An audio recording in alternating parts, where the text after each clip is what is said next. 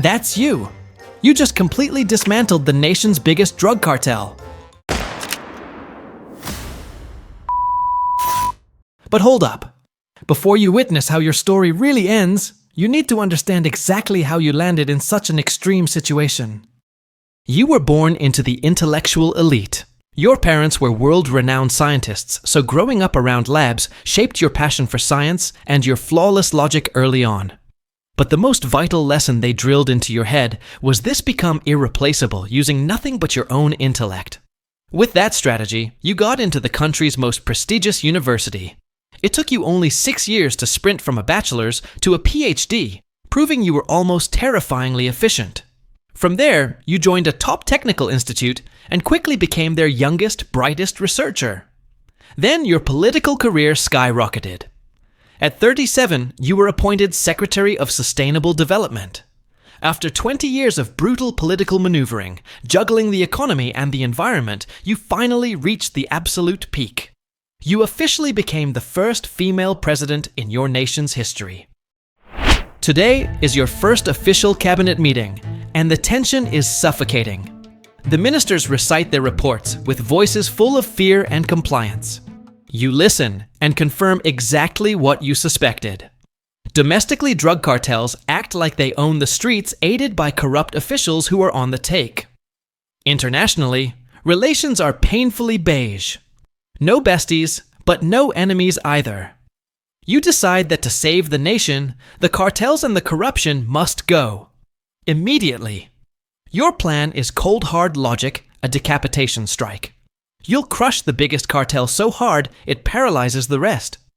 Your ministers freak out. They throw 3 reasons at you to stop.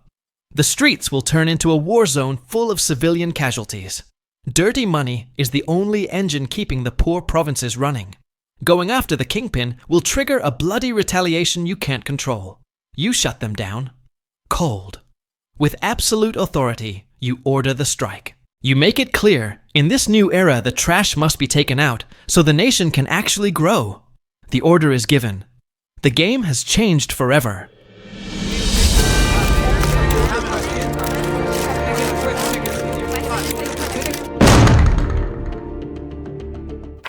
It's been exactly 3 months, and the results spectacular. Your plan worked like a Swiss watch. Thousands of low-level grunts are now sleeping on cold federal concrete. But the best part?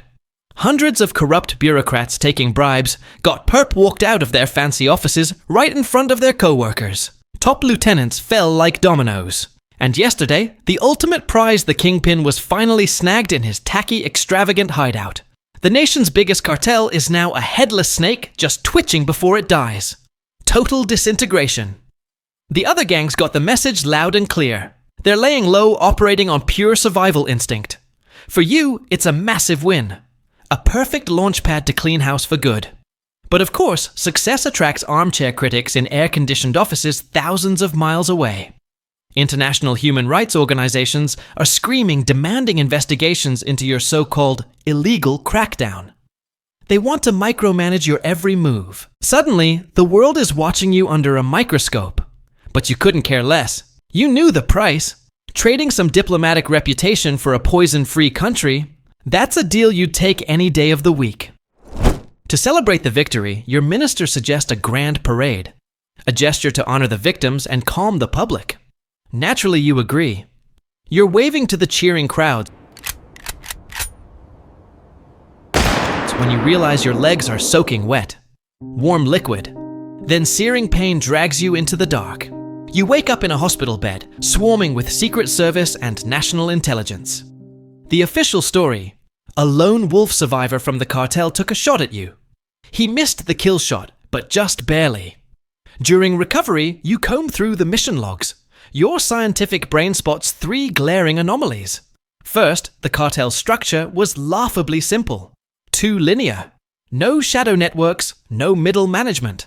That doesn't fit a criminal empire of that size. Second, the seized assets. Just physical stuff: cars, warehouses, cash. No shell companies, no offshore accounts.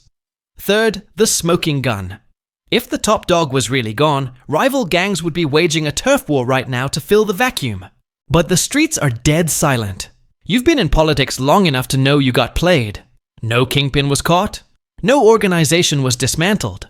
Everything from the mass arrests to the bullet in your leg was security theater. A masterfully orchestrated farce to keep you in line. You aren't the player. You're just another pawn on the board.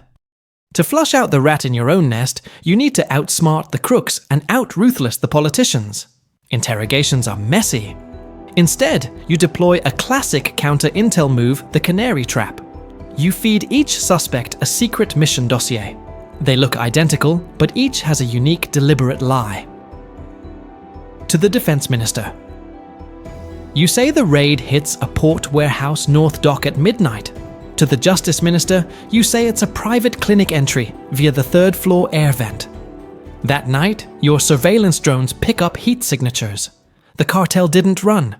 They set up a kill box with explosives and snipers, right at the clinic's air vent. The verdict is crystal clear. The Minister of Justice is the leak. But you don't arrest him. Not yet. A known traitor is a strategic asset.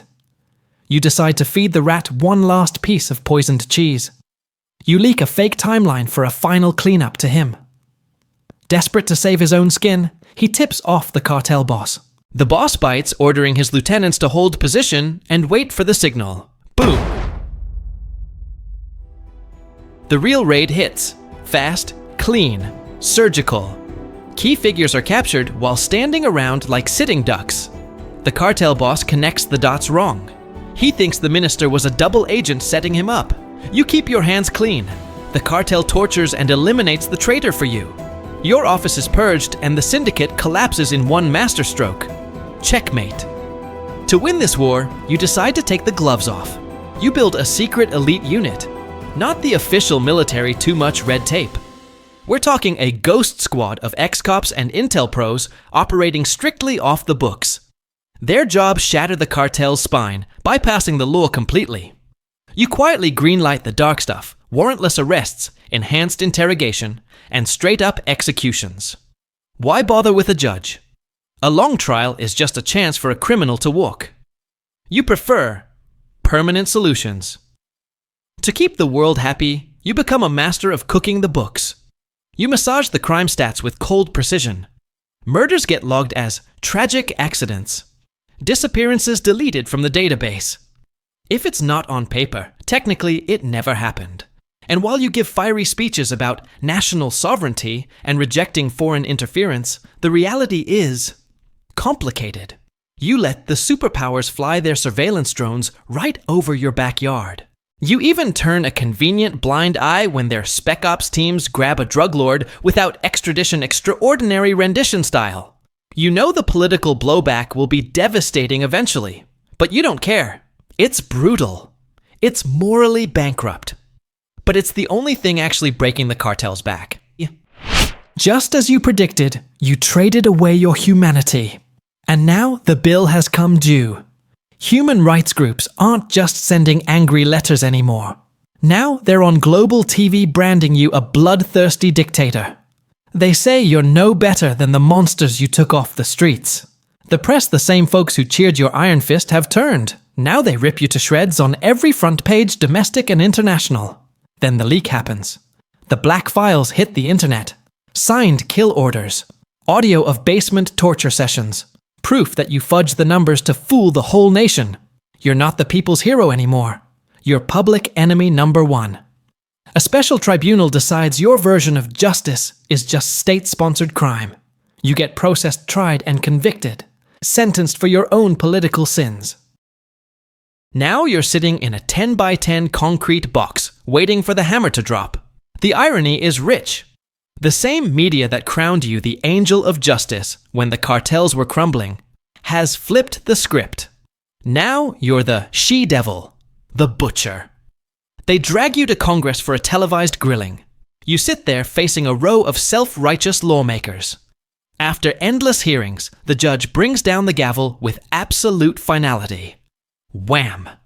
The verdict, 30 years. The charge is crimes against humanity, abuse of power, and systemic data rigging. They strip off your presidential sash and slap on the cuffs.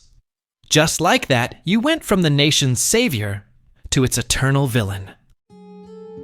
Back in your cell, the silence is finally nice. Then you feel it. Cold steel sliding between your ribs. You don't fight back. You welcome the end with total peace.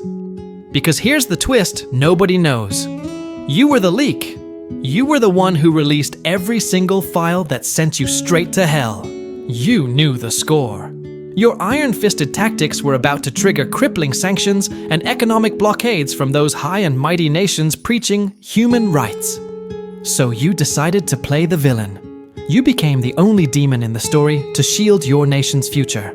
By dying as a despised criminal, you take all the sins to the grave with you. Now your people can flourish without the world punishing them. You were the necessary monster who paved the road for the next generation.